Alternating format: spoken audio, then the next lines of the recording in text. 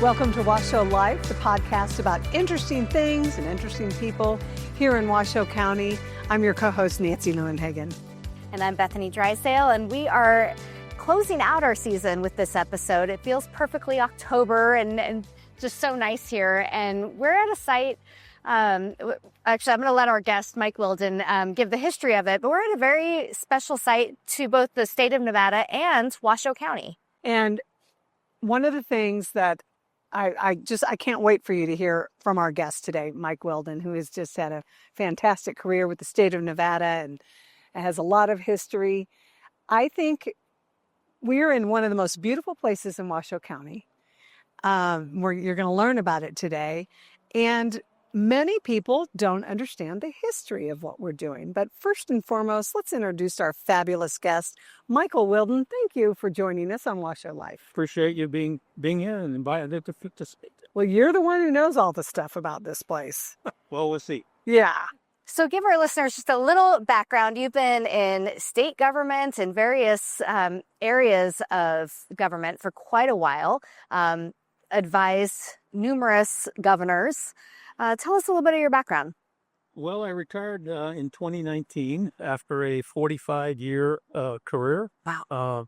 I was very privileged to work for the state of Nevada for that 45 years. I'll kind of work backwards. Again, retired in 2019. For the 5 years prior to that, I was Governor Sandoval's chief of staff. I got to do a lot of things with Governor Sandoval.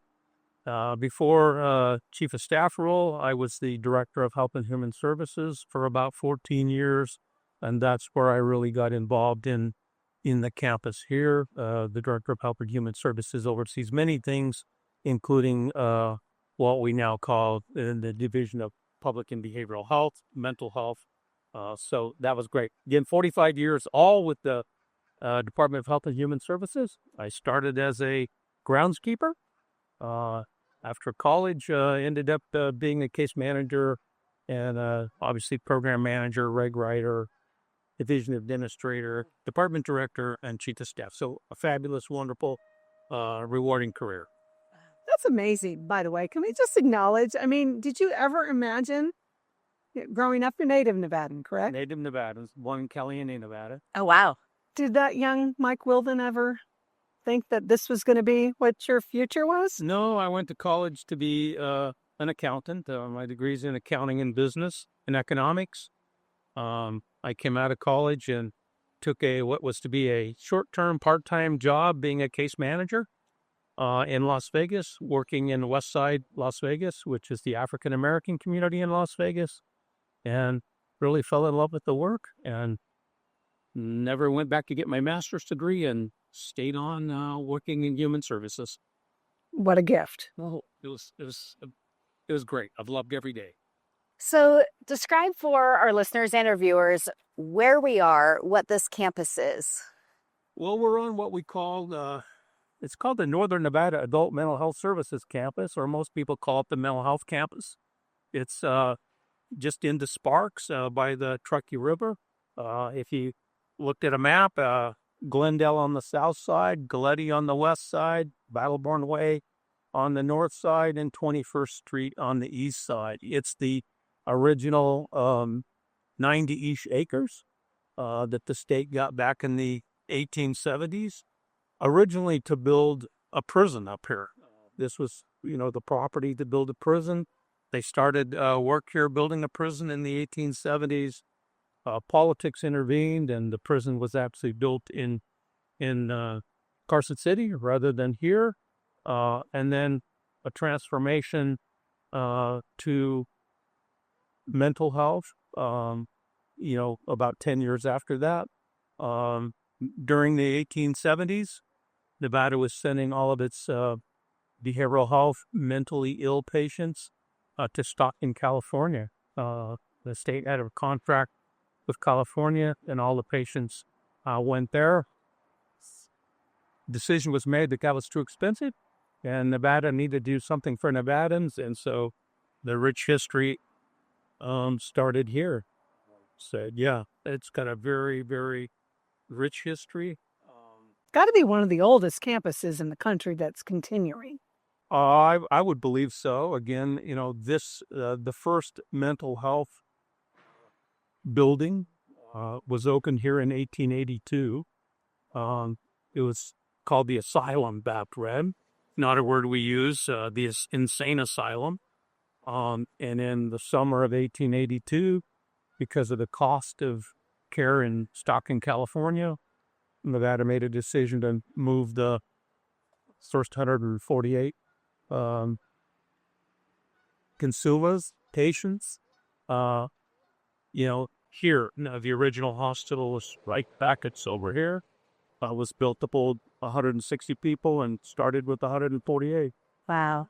And this beautiful building in back of us, what we call the Stone House, or Building 12, was built in, I think, 1890. And it was the housing for the doctor, the staff, those kind of things. So, yeah, very rich history, very rich history. And the architecture kind of shows that history. This looks very much like state buildings in Carson City. And then we have red brick buildings beyond that. And then get a little more modern as there were additions along the way. There's some really cool architecture. Yeah, and the stone house in back of us, again, as you've said, is out of the quarry in Carson City. It came from the bricks that were being used in the 1870s to build the prison here. So, yes, those bricks, you can't find them now. They've been hauled off by citizens or whoever, but this is, very similar to the Capitol in Carson City and, the work in the prison. And then, the buildings, people are very familiar with Morrill Hall on the UNR campus, similar architecture, design, those kinds of things. There's several very prominent architects. Nevada prominent architects have been involved. Curtis Morrill, superintendent of the building projects. Andrew Mackey, an architect. Frederick DeLongchamp, also a very well-known architect for courthouses and justice facilities. So it's had a rich history of architectural design also. And I think that's one of my favorite things about this place. We're going to learn some more history, but if you walk around here, and it's right in the middle of Reno, the history, the beauty, you feel like it's, I don't know, you're transported back a little bit, I would say. And a park setting with the geese. Yeah, we've got geese, paying a visit, airplanes, flying over, construction. Construction is probably a key word on this campus. It has changed so much. The original hospital, again, built in the early 1880s, torn down in 1950. A lot of comments in the history that you read about the poor construction, but it didn't last but 70 years. A new hospital, what we call Building 1, was built, administration and hospital. Again, you outgrew things in the time. More construction to the south. Buildings 3 and 4 were a hospital, now kind of unused. Building 6 was a men's ward hospital, torn down. Building 8, which is now the offices for aging and disability services, was the hospital. Again, vacated. And then Deanie Townsend Hospital built. There has been multiple buildings, probably 7 or 8 on this campus that have been the history of mental health, behavioral health on this campus for 150 years. And let's be clear, Deanie Townsend, and that's current. And so it is being used as a hospital. Yeah, there are two hospitals currently on the campus. Deanie Townsend is what we call the civil hospital, where people can be admitted either voluntary or involuntary for behavioral health treatment. And then Lakes Crossing, which is the forensic facility, where they take patients who have committed crimes, and we have to determine whether or not they're competent to stand trial, or they're also housed long-term if they're found not guilty for a reason of insanity. So it's a very rich history, important history of mental health, behavioral health in the room. And before we go into a lot of that history, I do want to acknowledge that the county has also purchased buildings, and you were a part of that when you were with Governor Sandoval. Yes, in 2018, Washoe County approached Governor Sandoval, our office, and said, there's a bunch of vacant buildings down here in what we used to call the Sierra Regional Center, which was the buildings and facilities for people with intellectual disabilities. Back in the day, mental retardation. And so those buildings were largely empty. A few state staff were housed there. But the county approached us, and I think I know they lease about 22 acres now. And of the remaining buildings on this campus, 75–80% of them are now under the county lease and are used for women, children, family homeless programs. And the county invested a lot of money, 17 million, if I recall right, has a 25-year lease and has done a fantastic job rehabbing those buildings and providing services to those families and individuals, including what we call the SOPA Seeds, part of that campus, which really is community gardening and teaching people who are using those facilities, things about gardening, things about the importance of growing your own food. So, the county has really invested a lot in this program. I mean, we're sitting next to almost every building, but probably 3 or 4 now is either county utilized or is under construction to be county utilized. We're proud of that. That's awesome. I feel like this campus also shows just the evolution in how we have addressed and treated mental health really for, century plus, from, and actually I'll have you describe it, but not very well treated, to now we have sober living, we have crossroads, we have, really trying to meet people where they are and treat underlying issues. But for those of us who don't really understand what that old, asylum was like, tell us a little bit about that. There's some great history. It's your viewers or readers or listeners who would like to look. I mean, if you go on the Reno Historical Society, just, go in and Google or go online and look for the history of the Reno or Northern Nevada Mental Health Campus. There's some great history there. But to your point, back in the 1800s, people came here and there really wasn't a plan to transition to the community. You came here and for reasons that we probably would never bring someone into an institution today. I mean, what we would probably call loneliness today. A lot of people came here because they lost a loved one, lost a child, a relationship, a marriage ended, loss of finances, things that are now physical help, were deemed mental or behavioral issues back then, and people were committed to this facility and lived their lives out here. 767 or so of them. And and so different today. Today's behavioral health world is people need temporary or transitional housing, but it's that importance of being able to get back in the community with the proper care, and different 150 years ago. Again, psychiatry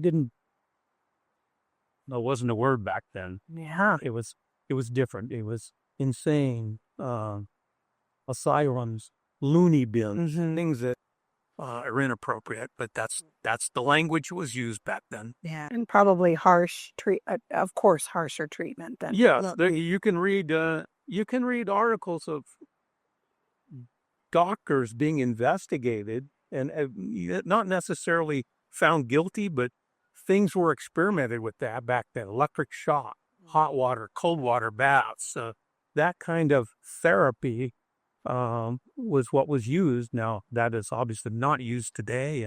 But again, the history of this campus is just amazing to read about and follow. During your 45-year career, you had an extensive part in the cemetery aspect because, what was it, 1882 to 1949, there were people buried on this campus. Yes. So if you died here. Not that you were here in 1840, no, but I mean later, Mike did this. Yes. During that period of time and your family was not able to take you and care for you after your death, you were buried here on this campus, and Mike Wilden's humble opinion, they weren't very well cared for in that burial, and and maintenance of that cemetery. In the late 2000s, or early 2000s, the community, several groups started to say we need to do something about that. In 2009, the legislature, Bernice Matthews, Debbie Smith, two well-known legislators in this community, got legislation passed that said we need to designate a cemetery site. So they designated in law what's the northeast corner over on 21st and Fraser, I think is the street.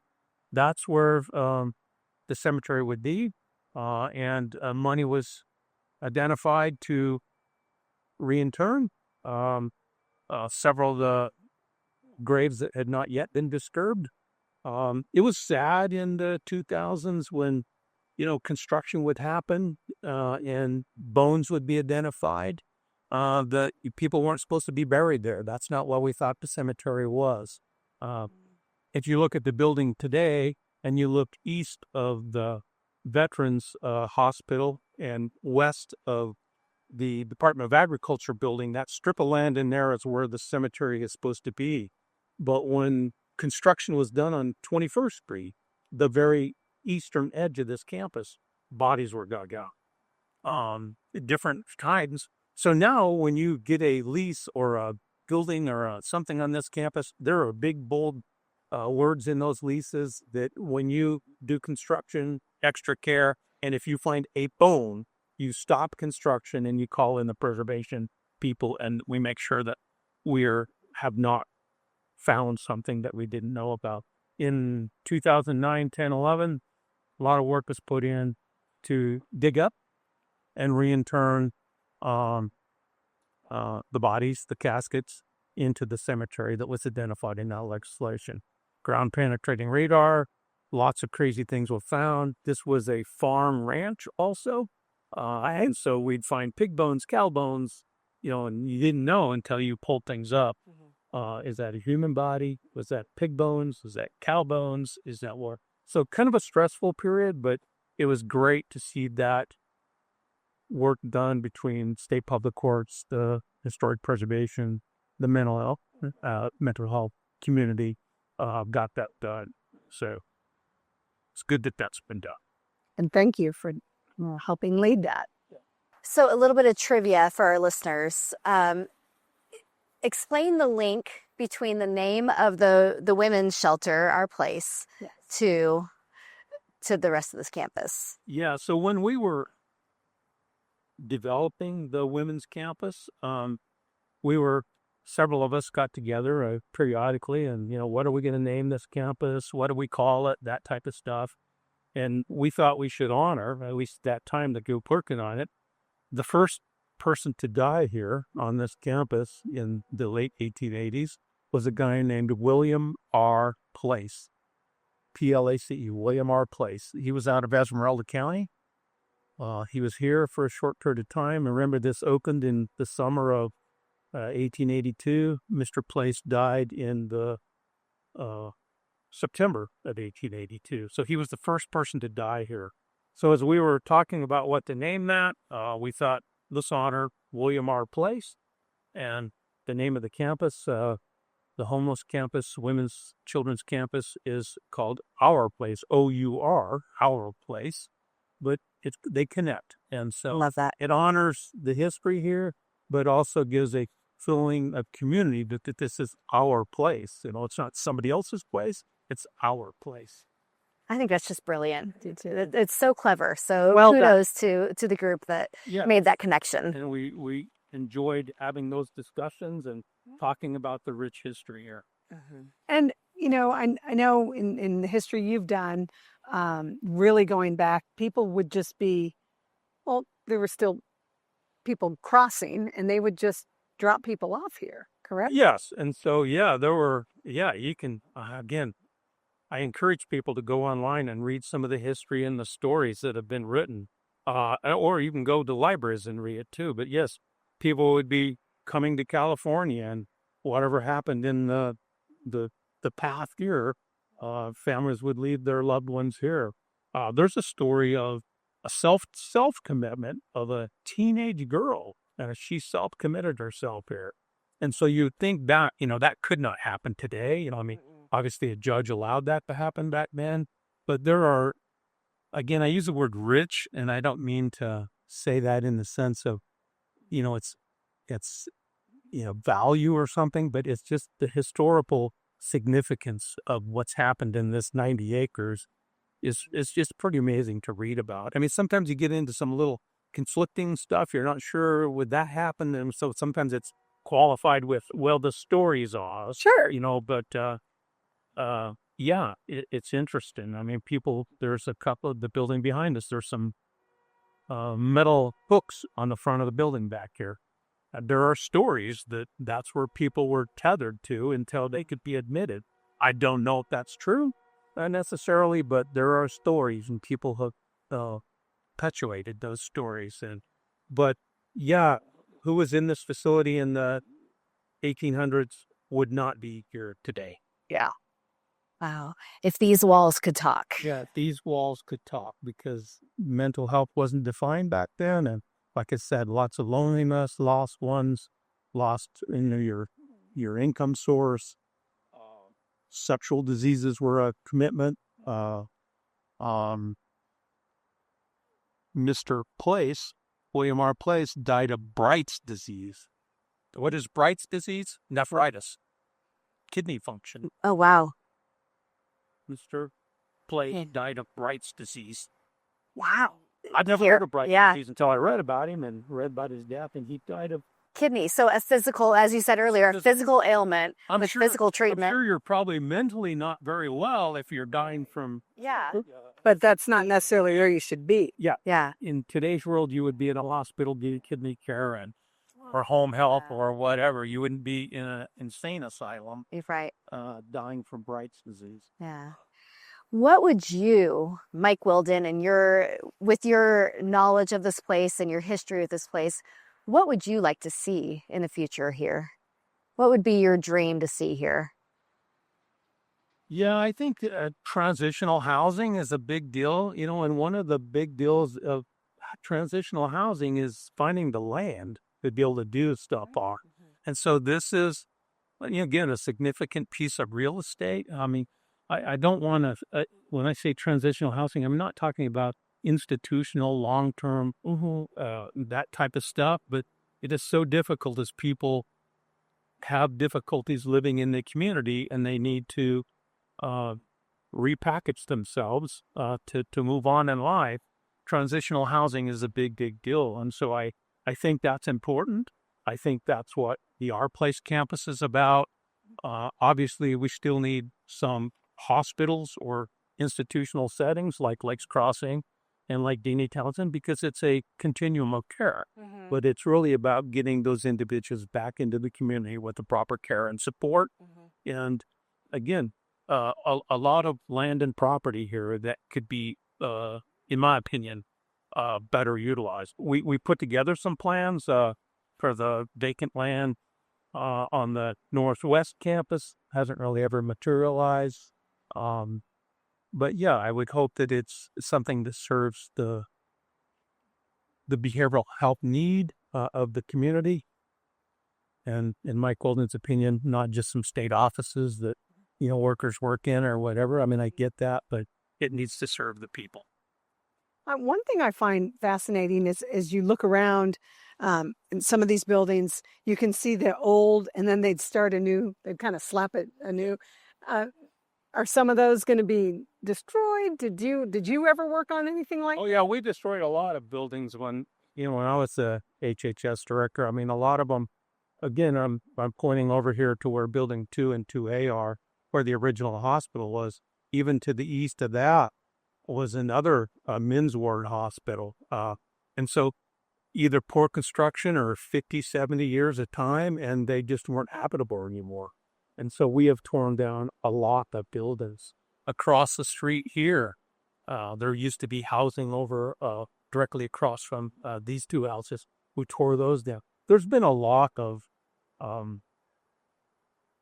buildings torn down, a dozen or more on this campus during my career. I thought you had said that. And again, the idea was at one time there was going to be a state complex campus on this. We did design and drawings there but money didn't work. But yes. But some of the really cool old buildings remain. So Like I said, the hospital has been probably in 8 buildings on this campus. yeah. What about a way to commemorate the people who have been here, the nameless, the people who may have only been known by a first name or a nickname?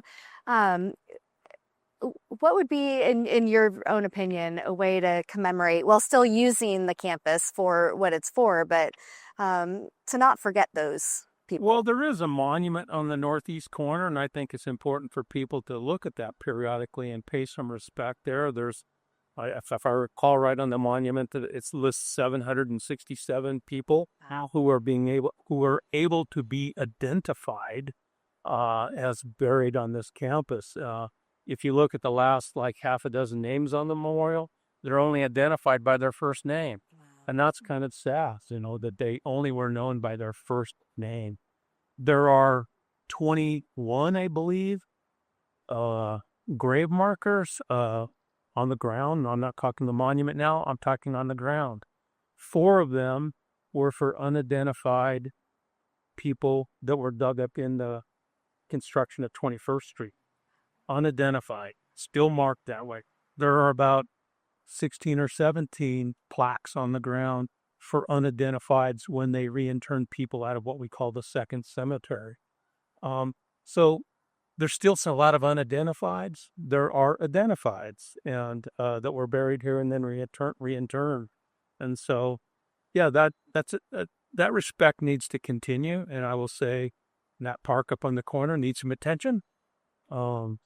I'm used to cemeteries are a very respectful place, and they're usually kept nice and they're beautiful. This one needs some attention. You have made an incredible mark here. Is this some of your most proud? I don't want to speak for you, but is this some of your most proud work during your career? Prideful work? Yes, behavioral health work was a big piece of it. It's difficult to get programs and services funded in Nevada. I'll just say that. Behavioral health, you can read every day. Behavioral health is lagging. It needs more attention. It needs more money. Things that we worked very hard to get. The Deanie Townsend Hospital, very much needed. It has a bigger twin down in Las Vegas, and those were things we worked on during the career. And yes, absolutely. And then making the best use possible of the money we have to serve the behavioral health community, mental health community. Amazing. You really, your knowledge, your history, and your passion for this place. It's so nice to have to be able to share what you know with Northern Nevada and whoever's listening to our podcast. I appreciate that. Again, a very rich, important history, and people should learn about it, read about it, care about it, and make sure that rich history stays moving forward. Absolutely. Thank you for spending time with us here. I'm so curious now. I need to go read everything I can. So thank you. Thank you for sharing your knowledge. And thank you to our listeners, our viewers. This will be the last episode for the season, and we'll be back in January with more. So with that, thank you, Washoe County, and we'll see you next season. See you next year.